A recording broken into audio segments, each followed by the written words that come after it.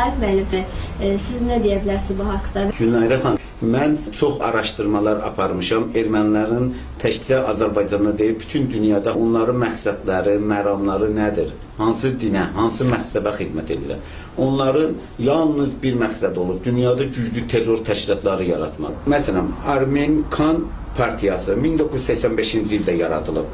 Türkiyənin Van, Muş, Bitlis, Trabzon bölgələrində və İstanbulda silahlı toqquşmalar, terror aktlarının təşkilində birbaşa iştirakçı olublar. Eyni zamanda Hansak partiyası var, 1987-ci ildə Cenevdə yaradılıb. Qurumun əsas məqsədi Türkiyənin Anadolu bölgəsində Rusiya və İran Ermənistanlarını birləşdirmək, böyük bir Ermənistan dövləti yaratmaq. Ancaq məqsədləri o olub. Məxfi terror qrupu var, DERO və DERO 8, DERO 88, DERO 888, DERO 88. Yəni ki, bu DERO 88 kodlardır. Həmin o kod altında demək olar ki, fəaliyyət göstərirlər. Ən güclü təşkilatlardan biri, artıq bütün dünya bu təşkilatı terror təşkilatı kimi tanıyır. ASALA, Ermənistan azadlıq uğrunda erməni gizli ordusu.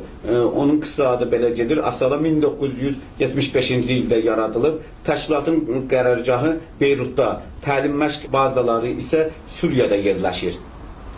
Hal-hazırda mən deyərdim ki, Suriyada döyüşən, IŞİD adı altında döyüşən terroristlərin içərisində həmin o ASALA erməni təşkilatının yetişdirdiyi terroristlər iştirak edir. IŞİD təşkilatı həmin o ASALA təşkilatı ilə bir yerdə fəaliyyət göstərdilər. Günayra xanım fürsətdən istifadə edib həmin o ASALA'nın təşkil elədiyi terror təşkilatlarının bir neçəsini izləyicilərimizin nəzərinə çatdırmaq istəyirəm. 16 sentyabr 1989-cu ildə Tbilisi-Bakı marşrutu ilə hərəkət edən avtobus partladılmış. İçərisində 5 nəfər ölmüş, 25 nəfər Azərbaycanlı yaralanmışdır.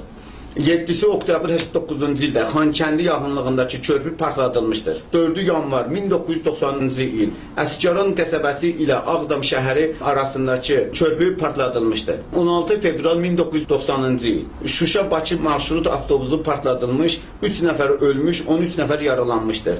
11 iyul 1990-cı il Tərtər Kəlbəcər sərnişin avtobusu partladılmış, içərisində 14 nəfər dinc Azərbaycanlı ölmüş, 35 nəfər isə yaralanmışdır. 10 avqust 1990-cı il Tbilisi-Ağdam marşrutu üzrə hərəkət edən sərnişin avtobusu yenə partladılmış, içərisində 20 nəfər sərnişini ölmüş, 30 nəfər isə yaralanmışdır. 30 noyabr 1990-cı il Xankəndi aeroportu yaxınlığında sərnişin aparan avtobus partladılmış, yenə 2 nəfər həlak olmuş, 11 nəfər yaralanmışdır. 9 yanvar 1991-ci il Laçın-Şuşa yolunda Azərbaycan Gəncləri qəzetinin müxbiri Salatın Əsgərova və Sovet ordusu 3 zabiti erməni terroristlər tərəfindən qətlə yetirilmişdir. Salatın xanım Allah rəhmət eləsin, ruhu şad olsun. 9 aprel 1991-ci il SSR Daxili İşlər Nazirliyinin Qafqazdakı daxili qoşunlarının komandanı polkovnik Vladimir Vlaxutin ASALA terror təşkilatı tərəfindən öldürülmüşdür, qətlə yetirilmişdir. Ağdam-Xocavənd avtobusunun ateşə tutulması nəticəsində 5 nəfər ölmüş, 34 nəfər yaralanmışdır. Şuşa-Laçın yolunda 26 dekabr 1991-ci ildə zil maşının partladılması nəticəsində 4 nəfər yenə yaralanmış, 5 nəfər həlak olmuşdur. 1992-ci ilin fevralın 25-də, 22 mart 1992-ci il, 28 mart 1992-ci il, həmin illər ərzində yenə bir neçə maşınlar partladılmış və içərisində Azərbaycan vətəndaşları vəhşicəsinə öldürülmüş, bir neçəsi yaralanmışdır. Yəni bu siyahını kifayət qədər uzatmaq olar. Erməni terrorun nəticəsi gəlib hətta Bakıya da sıçramışdı. Belə ki 19 mart 1994-cü il Bakı metrosunun 20 yanvar stansiyasında törədilmiş partlayış nəticəsində 14 nəfər həlak olmuş, 49 nəfər yaralanmışdır. Terror aksiyası Ermənistan xüsusi xidmət orqanları tərəfindən və eyni zamanda birbaşa ASALA Sadval təşkilatı da daxil olmaqla onların üzvləri tərəfindən həyata keçirilmişdir. Günayra xanım, bu günləri ermənilər təkcə Azərbaycanda deyil, bir çox ölkələrdə terror təşkilat planlarını həyata keçirmişlər. Məsələn, 28 fevral 1993-cü ildə Rusiyanın Şimali Qafqaz ərazisində Budermes stansiyasının yaxınlığında Kislovodsk-Bakı sərnişin qatarının partladılması nəticəsində 11 nəfər həlak olmuş, 18 nəfər yaralanmışdır. Eyni zamanda 22 iyul 1993-cü il Tərtər rayonunda törədilmiş partlayış nəticəsində 6 nəfər yenə həlak olmuş, 18 nəfər vətəndaşımız ağır dərəcəli yaralanmışdır. 30 avqust 1993-cü ildə Hadrut rayonunun ərazisində zil markalı maşının partladılması nəticəsində 4 nəfər həlak olmuş, 12 nəfər kənd sakini isə yaralanmışdır. 1994-cü ilin 1 fevralında Bakı Dəmir Yol Vağzalında Kislovodsk-Bakı sərnişin qatarının partladılması nəticəsində 3 nəfər həlak olmuş, 20 nəfər yaralanmışdır. Onu da qeyd edim ki, bu terror təşkilatını həyata keçirdən Asala təşkilatının üzvləri olmuşdur.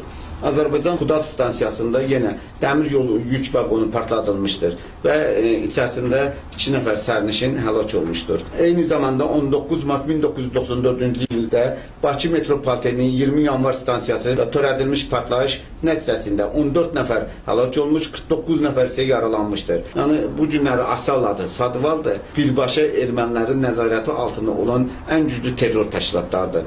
Təkcə bunu Azərbaycanın deyil, buna artıq Sadvalın özünü, Asalanın özünü bütün dünya artıq terror təşkilatı kimi qəbul edir. Ən əsas məsələlərdən biri də odur ki, yəni bu günləri Sadval, Asala təşkilatı öz fəaliyyətlərini yenə davam elətdirirlər və 13 aprel 1994-cü ildə həmin o Sadval təşkilatı Dağıstan Respublikasının Dağıstan Oqini stansiyası yaxınlığında Moskva-Bakı sərnişin qatarının partladılması nəticəsində 6 nəfər Azərbaycanlı həlak olmuşdur, 3 nəfər isə ağır dərəcəli yaralanmışdır. Ən ağır yaralarımızdan biri də 3 iyul 1994-cü ildə Bakı metropoliteninin 28 may və Gənclik stansiyaları arasında elektrik qatarında partlayışın törədilməsi olmuşdur ki, həmin vaxtı 14 nəfər həlak olmuş, 54 nəfər ağır dərəcəli müxtəlif bədən xəsarətləri alaraq yaralanmışdılar. Diqqət sizə çatdırmaq istəyirəm ki, ermənilərin, Asalanın, Sadvalın şüarları baxın, nə olub?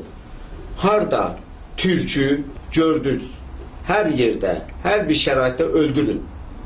Öldürmək əmri verib, intiqam alın. Türk bizim düşmənimizdir. Bu ab-hava ilə yaşayan bir millətdirlər. 20-ci əsrin ən böyük faciəsi Xocalı soyqırımıdır. Bugün bütün Türk dünyası üçün, bütün müsəlman dövlətləri üçün bu belə qəbul olunur.